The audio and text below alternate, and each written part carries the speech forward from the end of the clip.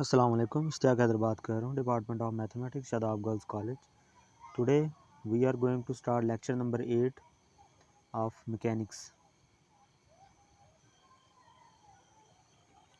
उम्मीद है कि आप खैरियत से होंगे। प्रीवियस लेक्चर्स की आपको अच्छी से समझ आ रही है। सो आज हम जो है वो शुरू करने जा रहे हैं डाइवर्जेंस थ्योरम। प्रीवियस लेक्चर में जो है वो हमने डाइवर्जेंस थ्योरम को रेक्टेंगुलर फॉर्म में जो है वो रिप्रेजेंट किया था। सो आइए शुरू करते हैं। Question number 16, state and prove the divergence theorem. इस चैप्टर का बहुत इंपॉर्टेंट क्वेश्चन है ये। तो स्टेटमेंट जो है वो प्रीवियस क्वेश्चन में हम देख चुके हैं। स्टेटमेंट जो है वो क्या थी डाइवर्जेंस थ्योरम की। तो क्वेश्चन नंबर 16 में जो है वो हम इसका प्रूफ करेंगे। So before we start the proof of the divergence theorem, let's have a look at the figure of the divergence theorem. So figure में आपको जो है वो 3 एक्सिस नज़र आ रहे हैं।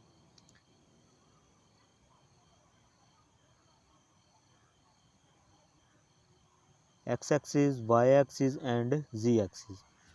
तो ये 3 एक्सिस में जो है वो एक सिलेंडर लाई कर रहा है, जिसमें जो है वो हमने एक सिलेंडर लिया है जो कि आपको सामने नज़र आ रहा है। तो सिलेंडर जो है वो हमारे पास 2 प्लेन में लाई कर रहा है, एक जी एक्सिस में और एक वाई एक्सिस में। We can clearly see it. उसके बाद फिगर में जो है वो हमने कंसिडर कर ली हैं 2 सरफेसेस। एक सरफेस हमने ले ली S1 और एक सरफेस हमने ले ली S2। तो 2 स्मॉल सरफेसेस जो है वो गिवन सिलेंडर में हमने सेलेक्ट कर ली। उसके बाद जो सरफेस S2 थी उसको हमने नाम दे दिया z is equal to F2xy। इसी तरह से जो सरफेस S1 थी उसको हमने नाम दे दिया z is equal to F1xy। ठीक हो गया। और इसी तरह से जो है वो जो सरफेसेस दो स्मॉल सरफेसेस आपने कंसिडर की थी, एक DS1 और एक DS2। तो इनके अकॉर्डिंगली जो है वो हमने 2 यूनिट वेक्टर्स ले लिए। एक ले लिया N1 और एक ले लिया N2। ठीक हो गया। एक और बात इसमें नोट कर लें कि यूनिट वेक्टर N2 जो है वो यूनिट वेक्टर N1 की ऑपोजिट डायरेक्शन में है। We can clearly see it. N2 जो है वो उसकी डायरेक्शन ऊपर की तरफ है और N1 की जो डायरेक्शन है वो नीचे की तरफ है। ठीक हो गया। ये तमाम बातें जो है वो जो मैंने अभी आपको बताई ये जहन में रखिएगा। ये तमाम बातों को जो है वो हम प्रूफ में यूज़ करेंगे। सो आइए देखते हैं इसका प्रूफ पेज नंबर 122 के ऊपर।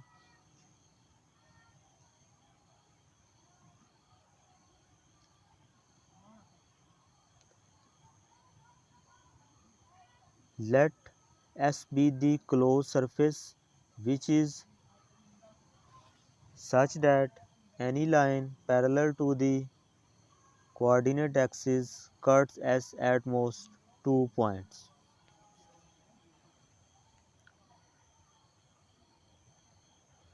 जी, तो फर्स्ट 3 लाइन में जो है वो वही बात बताई गई है जो मैंने आपको लेक्चर के शुरू में बताई।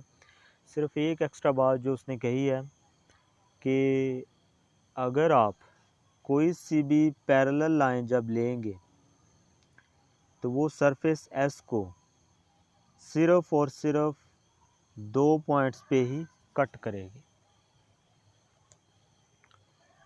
तो इसको जो है वो देख भी लेते हैं कि दोबारा जो है वो मैं फिगर की तरफ मूव करने जा रहा हूँ। ये हमने फिगर एक ली, तो उसने कहा कि आप एक पैरेलल लाइन लें तो वो गिवन सरफेस को सिर्फ 2 पॉइंट्स पे ही कट करेगी। तो देखते हैं जी, ये हमने एक पैरेलल लाइन ली।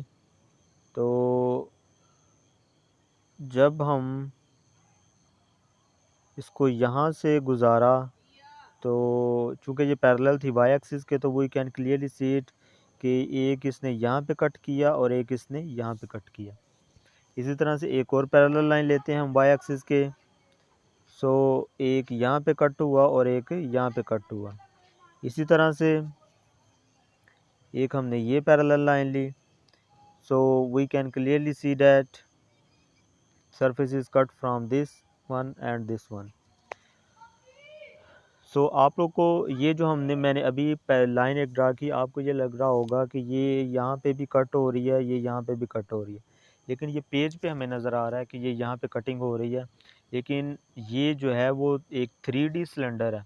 तो 3D सिलेंडर को ड्रा करने के लिए आप लोगों को पता है कि ये नीचे जो लाइन है ये वाली भी हमें ड्रा करनी पड़ती है, लेकिन ये यहाँ पे होती नहीं है, ये साइड पे थोड़ी सी होती है।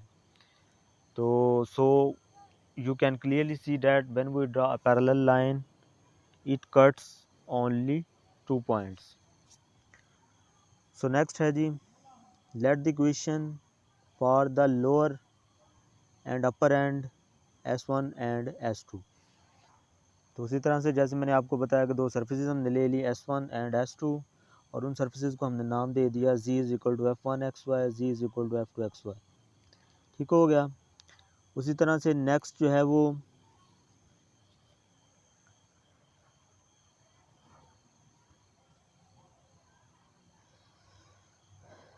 जी, उसके बाद हमने क्या किया कि गिवन जो सिलेंडर हमने लिया हुआ है इसके ऊपर एक प्रोजेक्शन ड्रा किया और उस प्रोजेक्शन को हमने नाम दे दिया आर का।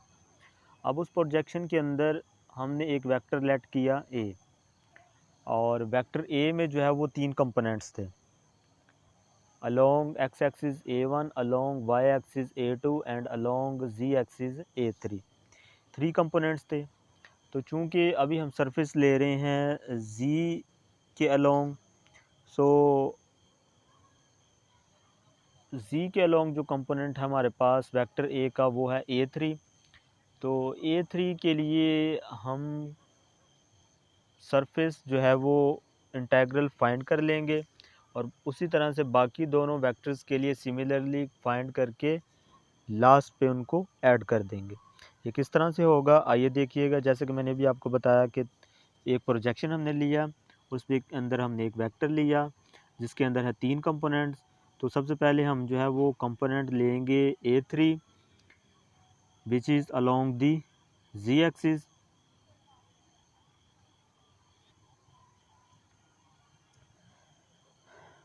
जी। तो let's start the divergence theorem. So we take the component a3, so triple integral curly a3 over curly z into dv। चूँकि डाइवर्जेंस थ्योरम में आप लोगों को पता है कि वॉल्यूम जो है वो यूज़ होता है, इसलिए हमने यहाँ पे अपनी रिक्वायर्ड फॉर्म को प्रूव करने के लिए ट्रिपल इंटेग्रल लिया। अब a3 जो है वो उसकी वैल्यू हम यहाँ पे रखेंगे। तो a3 के लिए जो लिमिट्स हमने ली हुई हैं वो हैं जी z is equal to f1xy से लेके z is equal to f2xy। उसके बाद dv जो है वो आप लोगों को पता है कि वॉल्यूम का डेरिवेटिव है। वॉल्यूम में आप लोगों को पता है कि 3 एक्सिस जो है वो इंक्लूड होते हैं dx, dy एंड dz। तो चूँकि इस वक्त हम इंटीग्रेशन कर रहे हैं dz के अलोंग, तो dz को अंदर ले लेंगे और बाकी दोनों को जो है वो बाहर निकाल देंगे। अब इंटीग्रेशन भी z के अलोंग और डेरिवेटिव भी z के अलोंग, तो क्या हो जाएगा, इसको हम किस तरह से लिख सकते हैं, ये आ जाएगा हमारे पास a3 which is laying in 3 axis x, y and z, और लिमिट अप्लाई हो जाएगी f1 से लेके f2 तक। तो जब हम लिमिट अप्लाई करेंगे तो ये आ जाएगा आपके पास a3 xy f2 minus a3 xy f1 dx dy। ठीक हो गया। अब जैसे कि मैंने आपको क्वेश्चन शुरू होने से पहले बताया था कि n1 और n2 जो है वो हमने 2 यूनिट वेक्टर्स लिए हैं जो कि यूनिट वेक्टर्स हैं for the surface s1 and s2। So let n1 and n2 be the unit vectors at any point of s1 and s2 respectively।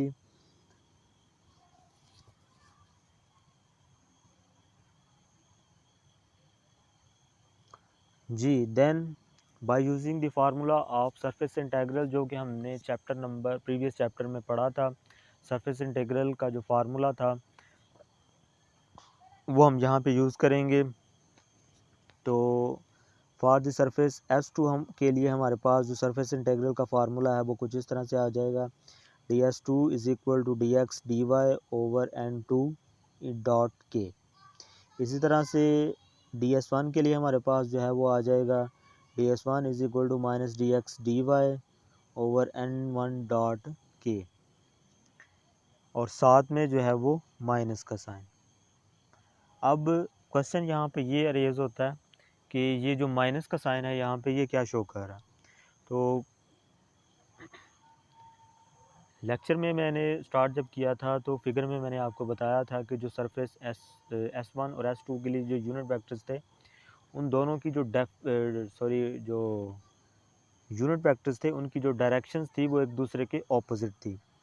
तो उन ऑपोजिट डायरेक्शंस को जो है वो शो करने के लिए हमने यहाँ पे जो है वो n1 यूनिट वेक्टर के लिए माइनस लगाया। ठीक है, तो इंशाल्लाह नेक्स्ट लेक्चर में जो है वो हम इस थ्योरम को कंप्लीट करेंगे। उम्मीद है कि आपको लेक्चर की अच्छी से समझ आ गई है। अपना बहुत सारा ख्याल रखिएगा, दुआओं में याद रखिएगा। अल्लाह हाफिज़।